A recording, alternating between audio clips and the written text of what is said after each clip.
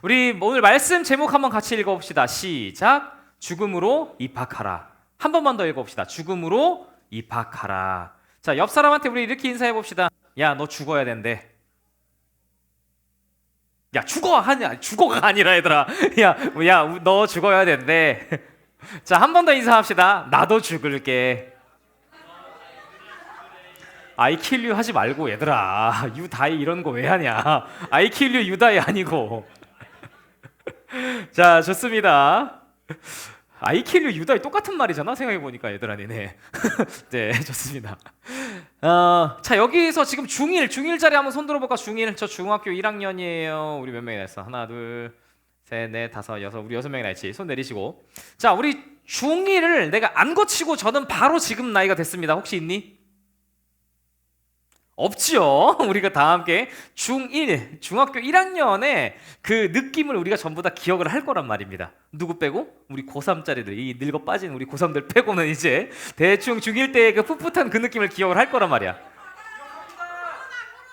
기억한다고? 아, 코로나였다고? 냄새나 니네 이제. 니네 이제 청년부 냄새나. 자, 이제 매년 3월이 되면은 얘들 매년 3월이 되면 이게 향긋한 봄 내음과 함께 뭐가 찾아와? 입학식이 찾아오지.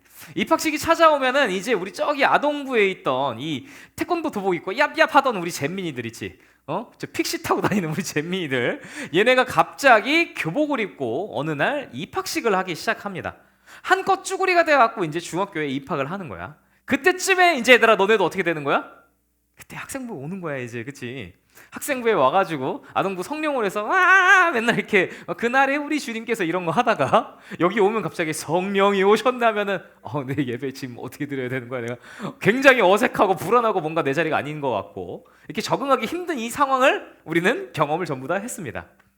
여기는 중1짜리도 마찬가지로 요 기간을 지나왔던 거지. 신기하게도 얘들아 고작 6개월 지났어. 6개월도 안 지났지. 사실상 시간으로 따져보면은 이제 고작 해야 3, 4, 5, 6 이제 4개월 지났지. 앞으로 우리에게 장장 어떤 시간이 남았어? 5년 반이라는 시간이 지나야 여기 있는 고3들처럼 야 이제 좀 있으면 졸업이야 하면서 이제 어깨 피고 있겠지만 아직은 쭈그려진 채로 그 기간을 우리가 달리고 있습니다.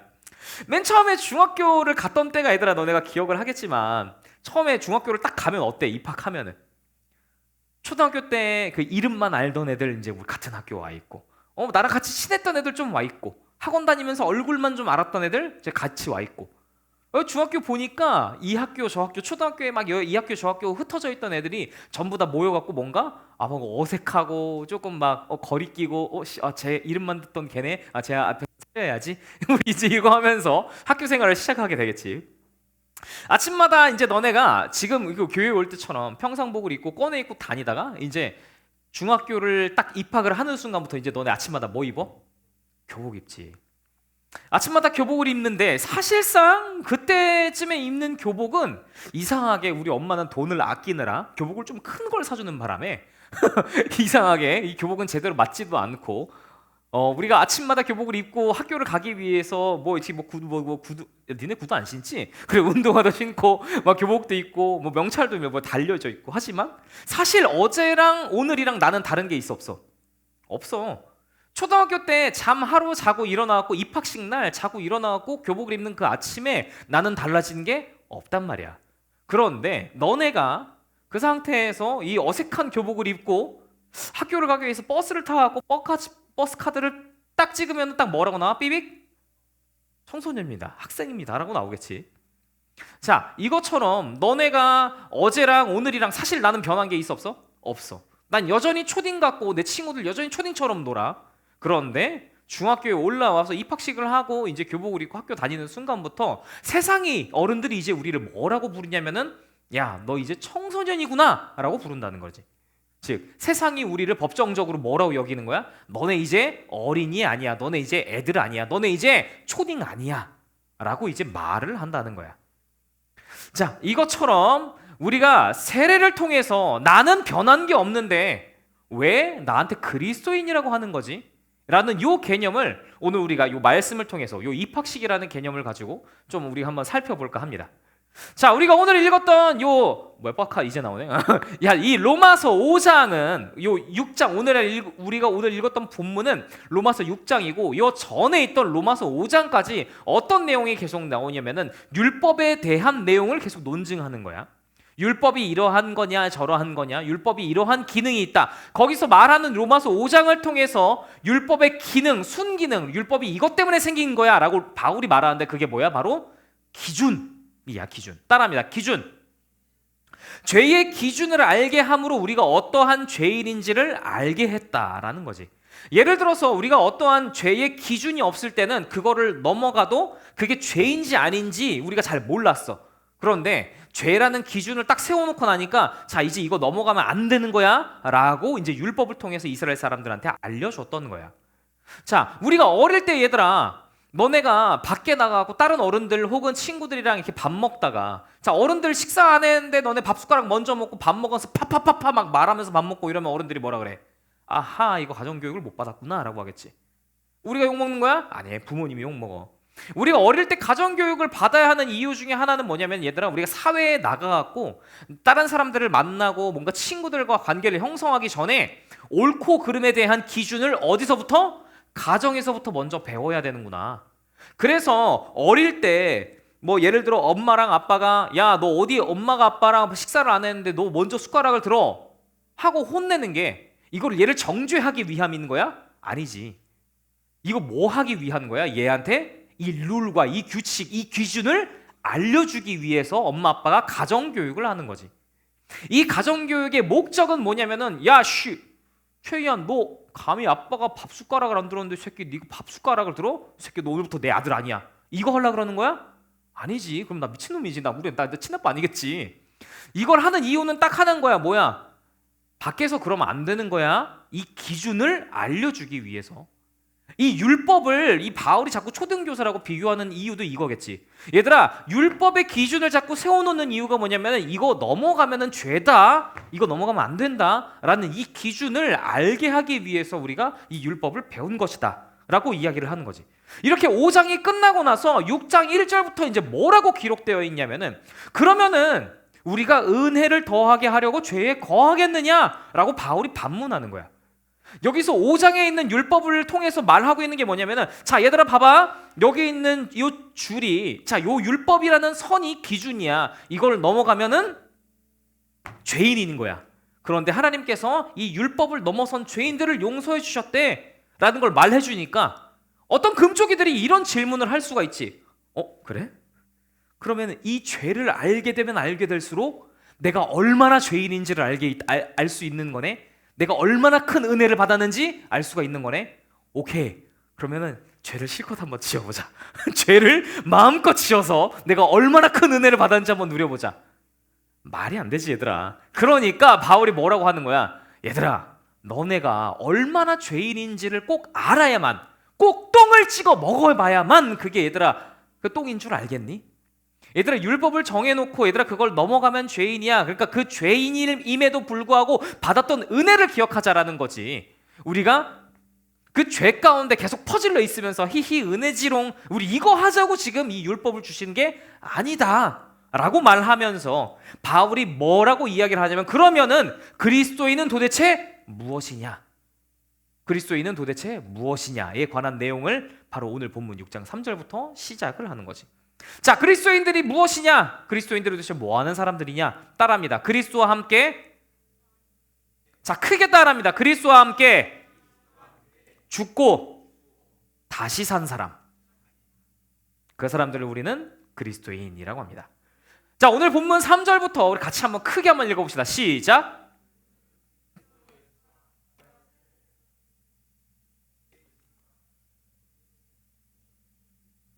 아멘.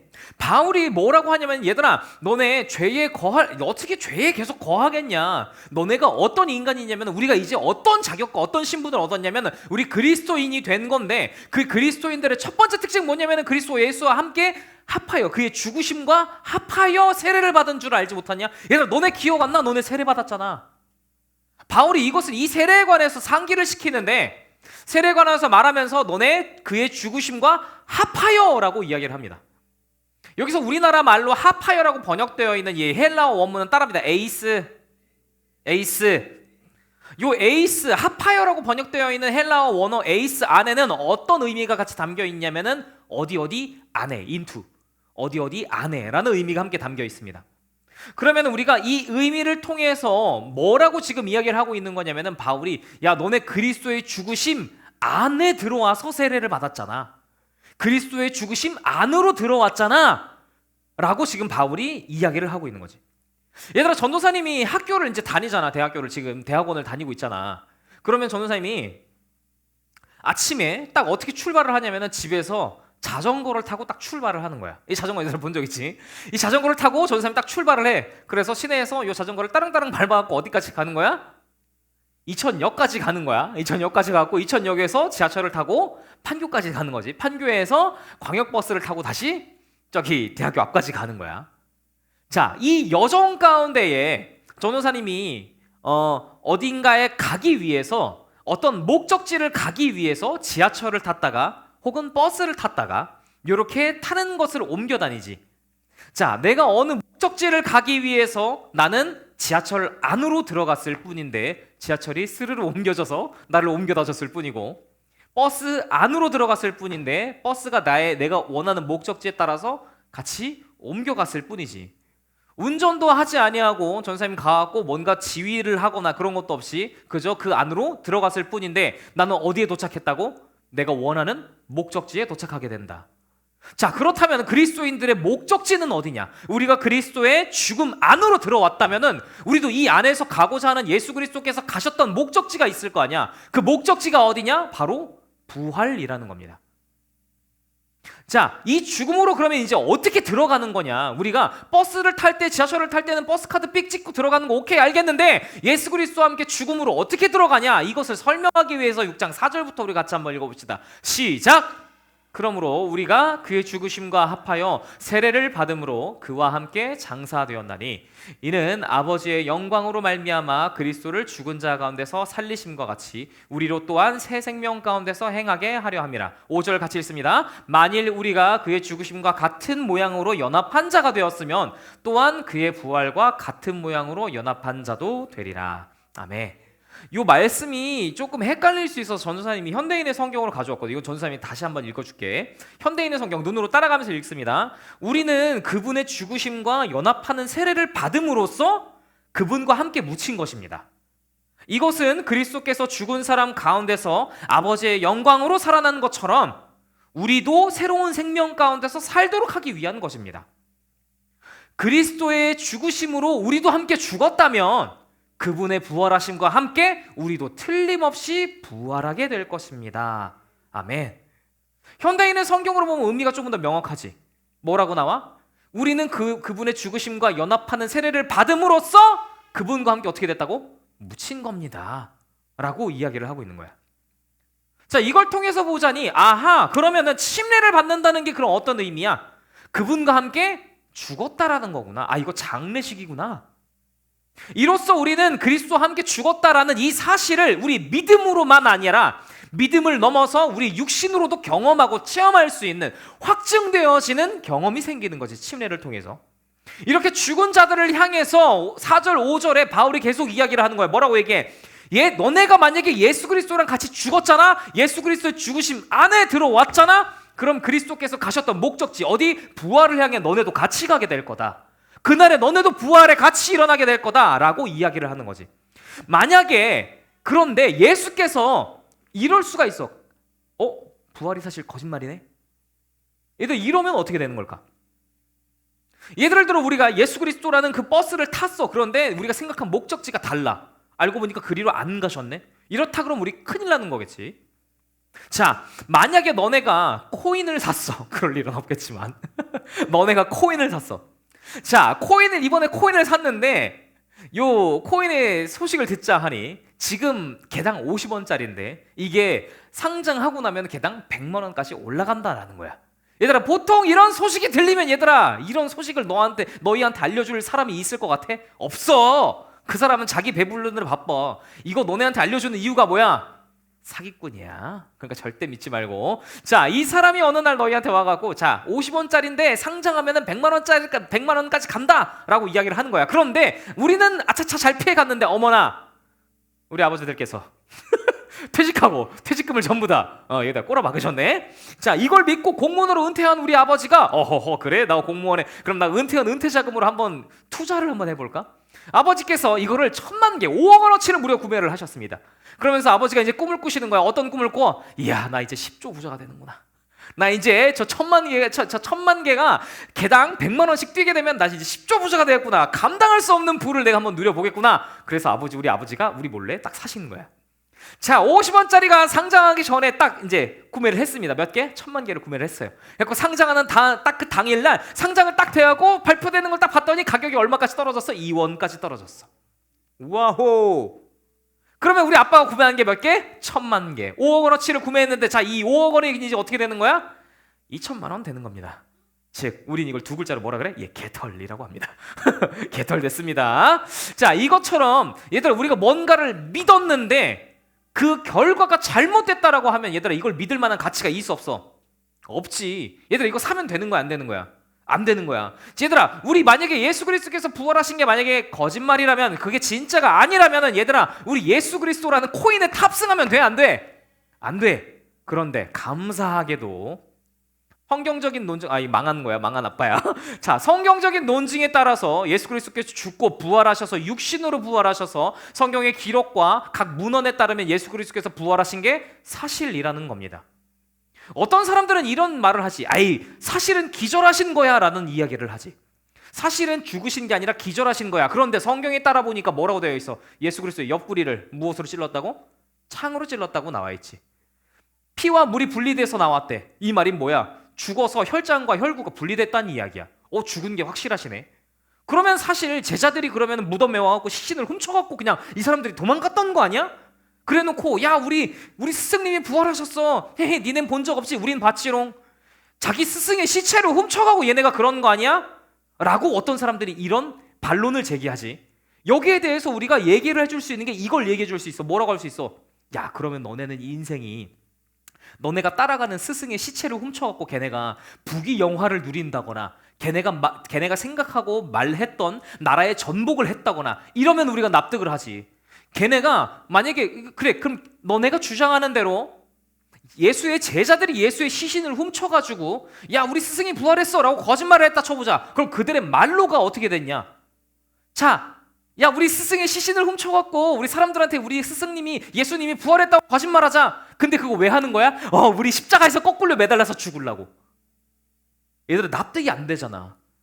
십자가에 거꾸로 매달려서 죽고 창에 찔려서 죽고 목이 배임당해서 죽기 위해서 우리 이 거짓말을 하자? 말이 안 되잖아, 얘들아.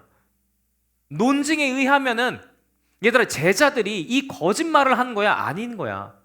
예수 그리스도의 부활을 진짜 그들이 체험을 하고 진짜 예수를 만났기 때문에, 이 육신이 죽는다고 끝나는 게 아니구나, 이걸 알게 되니까 그 사람들이 기꺼이 죽음까지 나아갈 수 있게 되는 거지. 우리 그리스도 예수께서는 그래서 죽으시고 부활하셔서 제자들 앞에 나타내 보이시고 제자들과 함께 심지어 무엇을 하셔? 식사까지 하시지. 이것을 통해서 무엇을 알려주는 거야? 야, 진짜 부활하신 거구나. 진짜 부활하신 거구나. 자, 여기서 우리가 주목해야 할 단어는 바로 6장 5절에 나와 있는 바로 이 연합한 자입니다. 그러면 예수 그리스도와 함께 죽는다는 것을 5절에 보니까 연합한 자라고 표현을 하고 있는데, 이 연합한 자의 원어는 바로 쉼프토스라고 합니다. 요 연합한 자란 요 단어 안에 어떤 의미가 하나 같이 들어있냐면은 뿌리를 같이 하다, 같이 자라나다 라는 의미가 있는 거야. 자, 장세되었다, 묻혔다라는 표현이 계속 성경에서 나오는 걸 보니까 우리가 어떻게 이해할 수 있냐면은 예수 그리스도와 함께 씨앗으로 묻히고 나니까 자라날 때, 겉으로 자라날 때는 가지가 두 갈래야 예수 그리스도와 내가 마치 따로 노는 것 같은데, 사실은 그 생명이 지금 어디서 나고 있다? 장사되었던 그 무덤에서부터 지금 나타나고 있다라고 성경이 지금 이야기를 하고 있는 거지. 그렇기 때문에 그 생명이 이제 예수와 함께 땅 위로 솟구쳐 올랐다. 할렐루야. 자, 6장 6절부터 6장 7절을 같이 한번 크게 읽어봅시다. 시작.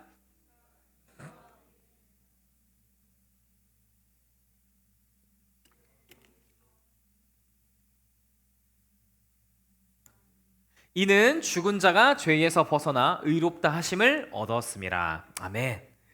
창세기 3장의 아담의 첫 번째 불순종 이후에 모든 인류는 죄성을 가지게 되었지. 즉 하나님을 거역하고 싫어하고 하나님 당신 없이 사는데도 아무런 이상이 없는데요? 이렇게 사는데도 괜찮은 것 같은 느낌이 들게 되었다 이 말이야. 성경은 이것을 뭐라고 하냐면 죄라고 밝힙니다. 문제는 이 죄가 들어옴으로 인해서 하나님을 떠나 오케이 알겠다 이거야. 얘들아 그런데 엄한 걸 섬기니까 문제인 거야. 하나님 그 생명으로부터 아까 전에 우리가 하나의 뿌리에서 만약에 끊어졌고 줄기를 꺾어서 꽃 꺾으면 이거 며칠 가니? 일주일 가나? 안 가지. 죽잖아. 그것처럼 하나님이라는 생명의 근원에서 우리가 죄로 인해서 꺾어지고 나니까 끊어지고 나니까 이 생명이 오래 가? 안 가? 안 가. 그러니까 우리가 이 생명을 어딘가에서 공급하긴 해야 되는데 우리가 살기 위해서 어딘가에 뿌리를 받고 지금 살긴 해야 되는데 이제 뿌리를 올바른 예수 그리스도라는 하나님이라는 토대에다 내리는 게 아니라 어디다 내리는 거야? 돈, 명예, 성공, 안락한 삶. 우리 여기다 뿌리 내리기 시작하는 거야. 왜? 우리 인생이 헷갈리니까, 불안하니까. 그러니까 우리는 이제부터 신을 섬기긴 섬겨. 그런데 하나님보다 더 위에 있는 신, 우리가 말했던 돈, 명예 이 모든 것을 전부 포괄하는 신, 이 신의 이름을 알려줄게요. 그게 뭐냐면 따라합니다. 자기 자신. 자기 자신. 이제 우리가 자기 자신을 섬기기 시작합니다. 나의 유익과 나의 만족과 내가 하고 내가 먹고 싶은 거, 내가 누리고 싶은 거. 세상에선 그렇게 얘기해. 야, 너 한 번뿐인 인생 네 마음껏 살아. 하지만 성경에선 그렇게 말하지 않지. 한 번뿐인 인생이기 때문에 이 인생 끝나고 나서 너 언젠가 죽음이라는 것을 반드시 맞이하게 될 텐데 우리 그걸 준비해야지 라고 성경은 이야기를 하지.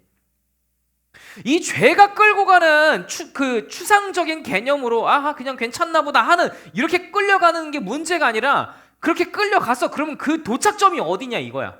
예수님 손 붙잡고 따라가면 그 도착점이 부활이란 건 우리가 앞서 살펴봤고 알겠어. 그럼 그 죄 따라고 가면 어디로 도착하냐 이거야. 성경에 따라 보니까 뭐라고 나와? 죄의 삭슨 사망이요. 죄 따라가면 결국 죽는 거구나. 하나님이랑 끊어져 갖고 여기에 빨대 꽂고 저기 빨대 꽂고 아무리 해도 이 생명이 얘들아 온전하게 살아날 수가 있다 없다? 없다고. 그러니까 성경에서 뭐라고 이야기를 해? 너네 해방되어야 한다. 해방되어야 한다. 우리가 이 신앙에 대해서 얘들아 우리가 생각할 때 착각하는 것 중에 하나면은 뭔가 막 믿으면은 뭔가 짠하고 우리가 막 한 번에 바뀌어가지고 막 죄도 다 끊어지고 우리가 자꾸 이런 것들을 뭔가 기대하는데 아니고 십자가의 능력은 얘들아 뭐냐면은 우리로 하여금 올바른 선택을 할 수 있도록 우리 눈을 열어주는 데 있다라는 거야.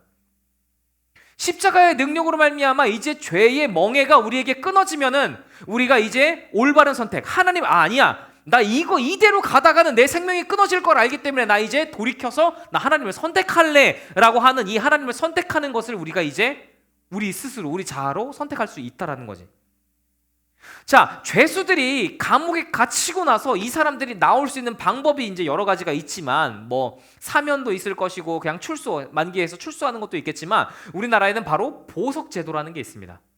이 보석제도가 뭐냐면은 이 안에 들어간 형량에 따라하고 일정 금액을 내고 이 사람을 오케이 그럼 너 형량 감면해 줄게 하고 이 사람을 꺼내주는 거야. 자, 그런데 한 죄수가 감옥에 갇힌 다음에 이 죄수의 죄값을 이 가족들이 치러준 거야. 보석금을 내서 치러주고 이 죄수의 수갑이 풀리고 철문이 열렸어. 그런데도 불구하고 이 죄수가 이렇게 이야기를 하는 거야. 뭐라고 얘기해? 여기 있으면 삼시세끼 잘 나와요. 여기 밥이 맛있어요. 여기 내일 내가 좋아하는 돈가스가 나온대요. 그래서 나 여기 내일까지는 그래도 적어도 있을 거고 다음 주에는 삼치구이가 나온다네요. 그래서 다음 주까지 일단 있어 보려고요. 이런 멍청한 선택을 하는 죄수는 없겠지. 얘들아 보석금을 치러서 대가를 치러줬다면 얘들아 그 감옥에 있는 게 정상이야? 나오는 게 정상이야? 나오는 게 정상이야. 그런데 예수 그리스도께서 우리의 죄값을 치러주셨는데도 불구하고 우리는 거룩으로 자유를 향해서 밖으로 나오는 게 아니라 그 자유를 죄를 사용하는데, 죄를 쓰는데, 죄를 짓는데 유용하고 여전히 감옥 안에서 생활하고 있으니 이것을 가지고 바울이 답답하도 이야기를 하는 거지. 얘들아 너네 죄에서 종로로 다시 말아라. 너네 해방되었다 라고 우리에게 이야기를 하고 있는 거야. 나가야지. 풀렸는데 나가야지. 왜? 죄에서 벗어났으니까, 죄가 해결이 됐으니까. 이건 탈옥이 아니라 판결문에 의해서 선고되었던 그 형량이 보석이라는 정당한 대가를 지불됨으로 말미암아 끝났다라는 거야. 이제 이 사람은 죄가 없습니다. 이게 증명되었으니까 너 이제 죄인 아니야. 이제 나와 라는 이야기야. 그렇기 때문에 바울이 다시 한번 논증을 하지. 전서를 읽겠습니다. 만일 우리가 그리스도와 함께 죽었으면 또한 그와 함께 살 줄을 믿노니 이는 그리스도께서 죽은 자 가운데서 살아나셨음에 다시 죽지 아니하시고 사망이 다시 그를 주장하지 못할 줄을 알미로라. 할렐루야. 죄는 어떻게 하냐면은 우리의 목줄을 꽉 잡고, 야, 네가 어떻게 여기를 벗어나? 하나님 봐요, 얘가 어떻게 의인입니까? 얘가 어떻게 하나님께서 정상적이라고 얘한테 이야기를 합니까? 사망은 우리의 목줄을 꽉 붙잡고 이 죄라는 목줄을 가지고 우리를 꽉 움켜쥐고 있는 거야. 절대 못 풀려납니다. 얘가 어떻게 의인입니까? 이걸 가지고 우리를 계속 옥죄는데, 사망이 하는 이 고발이 지금 이제 의미가 있다 없다? 없다. 왜? 이 죄의 멍에가 어떻게 됐으니까? 예수 그리스도로 말미암아 해방되었으니까. 사단이 그러니까 지금 하고 있는 게 뭐냐면, 얘들아, 죄라는 목줄에 손잡이만 들고 있는 거야. 그러고 우리한테 협박하는 중인 거야. 야, 너 죽어. 너 인생 너 이렇게 살다가 괜찮겠어? 우리 이거 갖고 협박한다는 거야.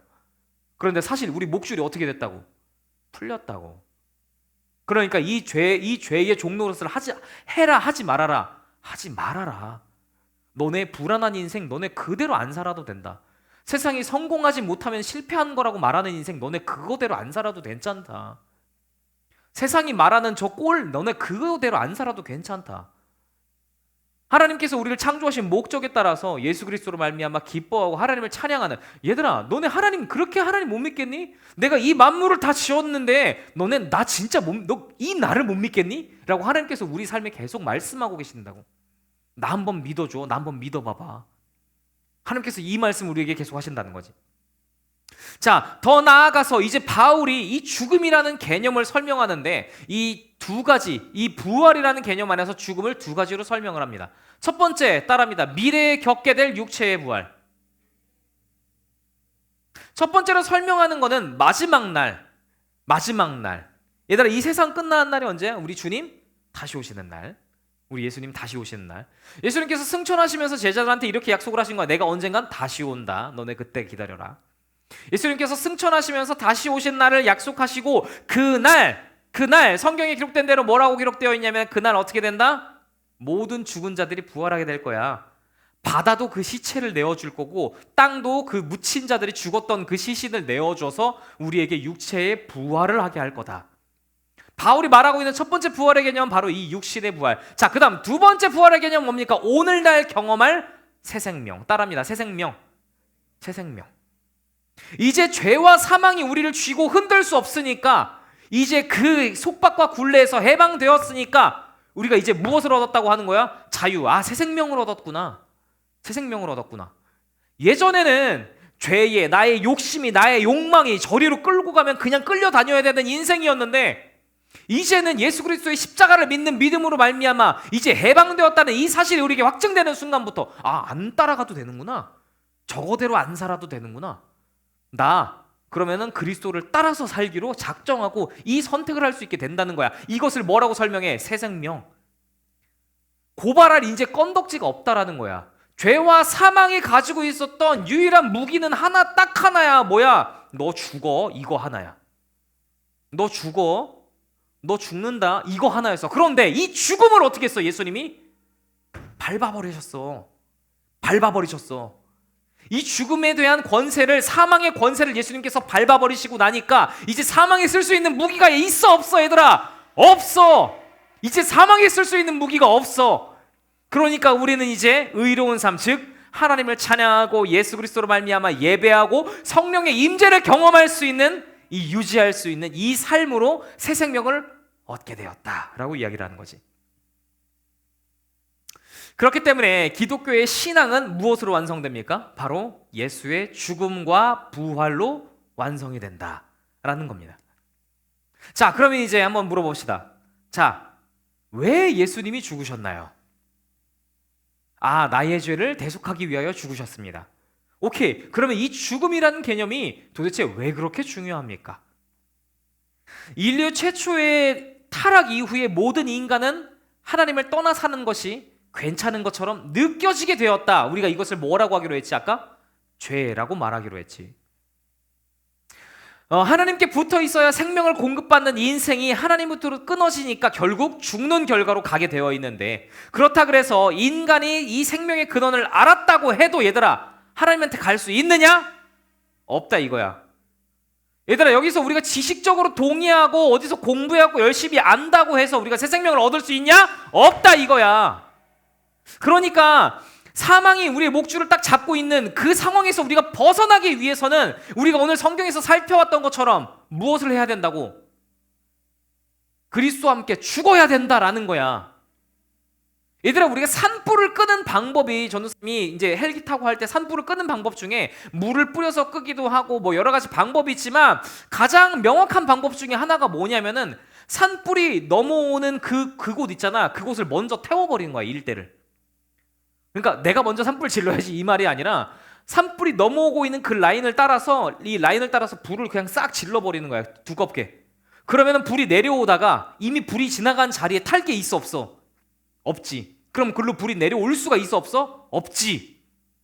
그러면은 죄가 이곳을 침범할 수가 없지.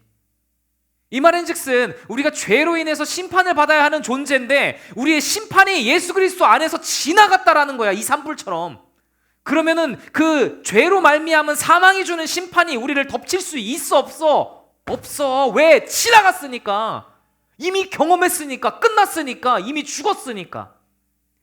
그러니까 이 사망에게서 벗어날 수 있는 유일한 방법은 뭐냐면은 죽지 않고서야 해결할 수 있는 방법이 없다라는 거야. 그럼 여기서 그럼 죄의 대가 그럼 내가 치를게요 그냥. 하나님 뭐 귀찮게 자꾸 교회 나오라 그러고 예수 믿으라 그래. 그냥 내가 치를게요. 간단해. 죽으면 돼. 안 되잖아 근데 이게. 그래서 예수께서 그 죽음을 대신 치러 주신 것이다 라고 오늘 성경이 이야기를 하는 거지. 어디서? 2000년 전 십자가 위에서. 2000년 전 십자가 위에서 치르신 죽음이, 저 예수님은 의인이야, 예수님께서 내가 죽을 만한 어떤 죄가 있어서 돌아가시는 게 아니라 우리의 죄를 대신 치러주신 거라고. 저기서 우리가 죽음으로 마땅히 갚아야 하는 그 죄의 대가를 예수님께서 2000년 전 십자가에서 대신 치르시면서, 야 내가 갚았다 이제 안 해도 된다 니네, 이거 말씀하고 계신다는 거야. 자, 그럼 이제 어떻게 같이 죽는데요? 그러면 예수님께서 죽으셨다는 저거, 아니 도대체 나랑 어떻게 상관이 있을 수 있냐, 이제 우리가 이걸 한번 알아보자 이거야. 성경을 통해 본 바 예수와 함께 죽은 자들에 한해서 예수와 함께 죽은 자들만 그 죽음이 지나갔다라고 성경에서 이야기를 하는데, 그러면 내가 그 예수 그리스도의 죽음에 참여를 어떻게 해야 돼요? 어떻게 안으로 들어가야 돼요? 어떻게 같이 묻혀야 돼요? 이것에 대해서 바울은 뭐라고 하냐면은 바로 너 침례 받아라, 너 세례 받아라. 즉 이것을 통해서 뭐라고 하냐면 대신 죽은 십자가의 죽음이 너희에게 유효하게 하기 위해서 내가 그리스도의 죽음에 같이 함께 참여하겠습니다 라는 이 장례식을 치러라. 그게 바로 뭡니까? 오늘 말하고 있는 세례라는 겁니다. 아무리 예수님께서 온 인류를 대신해서 십자가 위에서 죽으셨다고 해도 얘들아 이거를 믿지 않고, 얘들아 세례 불편해요, 물 젖고 그런 거 싫어요, 귀찮아요, 얘들아 밀어내면은, 얘들아 우리 이 죽음에 함께 참여한 자야, 참여하지 않은 자야? 참여하지 않은 자래. 그럼 이 죽음에 참여하지 않은 자는 얘들아 교회 백날 첫날 와봐야 예수 그리스도 상관이 있다 없다? 없다. 이거야말로 굉장히 무서운 이야기인 거지. 세례를 받지 않고 한 걸음 뒤에서 그렇구나, 세례 받는구나, 히히 축하해요, 수고하세요. 얘들아 우리가 이 태도로 일관할 게 아니라 그 죽음을 마치 나의 죽음처럼 여기면서, 세례 그럼 침례 받을 때 우리가 같이 눕는 것을 우리가 어떻게 여겨야 되는 거야? 나 오늘 죽는구나, 나 오늘 죽었구나. 이 믿음을 가지고 우리 침례에 참여해야 된다라고 이야기를 하는 거지. 얘들아 때문에 우리가 곧 7월 며칠? 7월 19일 날 교회에서 진행하게 될 이 침례식은 얘들아 교회 행사야? 아닌 거야. 단순히 교회 행사, 연례 행사, 여름이니까 시원하게 물 적시고 뭐 이런 거 한번 하나보다, 이 정도로 이해를 하는 게 아니라, 주님 저 그리스도 안에서 죽습니다. 주님, 저 같이 죽습니다 라는 이 고백을 가진 성도들이 이거를 온몸으로 표현하는 거야. 하나님, 저 이제 죽습니다. 저 이제 그리스도와 함께 죽으니까 이 안에서 같이 살려주십시오. 이 고백을 가지고 우리 물에 수장되었다가 다시 일어나는 거지. 자, 우리가 서론에서 잠깐 나눴듯이 중학교 1학년이 된다고 뭔가 한 번 애들아 딱 바뀌었냐? 안 바뀌지. 아침에 일어나면 어제랑 오늘이랑 똑같이. 키가 더 큰 것도 아니야. 중1이 됐다고 뭔가 목소리가 바로 변하냐? 그것도 아니야. 아침마다 교복 입는 거 당연히 불편하지. 때로는 정신 놓고 그냥 가다 보면은 내가 가던 초등학교 정문 앞을 갈 때도 있지. 그럼에도 불구하고 아무리 내가 스스로 생각해도 내가 무슨 중학생이야, 내가 무슨 중딩이야, 내가 무슨 청소년이야 라고 우리가 스스로 생각할지라도 세상은 우리를 향해서 뭐라고 하고 있는 거야? 너 교복 입었네? 너 양정중 다니는구나? 너 청소년이구나? 세상은 우리를 청소년으로 여긴다라는 거야. 이 말인 즉슨 얘들아, 너네가 세례를 받고 예수 그리스도를 믿는 믿음을 갖고 있는 순간부터 너네가 생각하기에 진짜 이게 제대로 된 그리스도인들이야? 너네 스스로 너네 모습을 보기에 의심이 될 수 있겠지. 아니, 죄가 이게 안 끊어지는데 이게 평생 싸워야 되는 거야 이거? 이게 무슨 그리스도인이야? 너네가 생각할 때 이럴 수 있겠지. 그럼에도 불구하고 하나님께서 보시기에 법정적으로 선언하고 계시는 거야. 뭐라고? 아니야, 내가 너 이제 의인으로 여길 거야. 성경에서 이걸 뭐라고 합니까? 칭의, 따라합니다. 칭의. 의롭다 여겨주신다. 우리가 의로운 행동을 해서가 아니라, 의로운 뭔가를 해서가 아니라, 도덕적으로 잘 먹고 잘 살아서가 아니라 하나님께서 예수 그리스도의 죽음이 그 지나간 우리를 보면서 야, 너 죽음이 지나갔네? 너 대가 치렀네? 내가 너 의롭다고 여긴다. 칭의해 주신다 이거야. 이것처럼 입학식 이후에 교복을 입고 청소년이라는 신분을 가지게 되는 것처럼 우리는 침례를 통해서 그리스도와 함께 죽음으로 입학하고 교복 대신에 무엇을 입는 거야? 의의 옷을 입고 이제 무엇을 따라? 성령을 따라 사는 삶. 이제 이 예수쟁이 딱지 달고 사는 그 인생을 성경에서 뭐라고 합니까? 그리스도인이다 라고 합니다. 그러니까 단순히 교회 왔다 갔다, 얘들아 그거 종교인이라고 부르자. 진짜 그리스도인들 얘들아 창피하다. 그러니까 예수와 함께 죽고 다시 살기로 결정한 이 사람들, 그 죽음에 뛰어들고 진짜 그렇게 살기를 분투하고 맨날 싸워내는 그 사람들, 안 사라지네 에이씨 때려쳐 이러고 도망가는 게 아니라 주님 안 사라집니다, 저 좀 도와주십시오, 이거 가지고 끝까지 하나님 앞에서 분투할 수 있는 이 믿음 가지고 있는 사람들, 우리 이 사람들을 그리스도인이라고 부르는 거야. 이 사람들은 뭘 통과한 사람들이야? 예수 그리스도와 함께 죽고 다시 사는 이 영광을 통과한 사람들이지. 그러니까 이제 얘들아, 우리가 집에서 혼자 있다가 은밀한 죄가 우리를 유혹할 수 있겠지. 그때 우리가 뭘 기억하는 거야? 맞다, 걔 죽었지. 죄가 우리를 침범하고 어떤 분냄과 우리의 혈기가 막 우리를 찾아올 때 뭐라고 하는 거야? 맞다. 그 최석현 죽었지. 우리의 욕심이, 우리가 가고자 하는 자아의 방향이 우리를 계속 유혹할 때마다 우리는 뭘 알아차리는 거야? 맞다. 그 최석현 죽었지. 나 이제 예수 그리스도와 함께 다시 살고 내 안에 그리스도께서 사시지. 침례받았던 그날 그 최석현은 죽고 내 안에 그리스도께서 다시 사시는 거지. 나 그리스도와 함께 부활했지. 우리 이 영광으로 산다는 겁니다. 그렇기 때문에 예수 그리스도와 함께 죽는다 라는 이 결단으로 물속으로 들어가 부활의 생명을 얻어서 물 밖으로 다시 나오는, 이거를 이제 뭐라고 하는 거야 얘들아? 두 글자로 침례라고 하는 거야. 그리스도의 옷을 입고 진짜 생명으로 태어나는 그 죽음으로 여러분도 함께 입학하십시오. 날마다 나는 죽고 예수 그리스도만 사는 그 생명의 영광 가운데로 여러분 다시 서십시오. 만약에 침례를 받았는데 그 감격이 희미해진 사람이 있다거나, 아니면은 나 아직 침례를 받지 않았는데 그 의미를 오늘 알게 된 사람들이라면 우리 다 함께 이렇게 고백합시다. 따라합니다. 나는 죽고 내 안에 그리스도께서 사십니다. 아멘. 우리 이 고백으로 우리 마지막 찬양의 후렴 부분만 같이 하고 같이 우리 예배를 좀 마무리를 하겠습니다.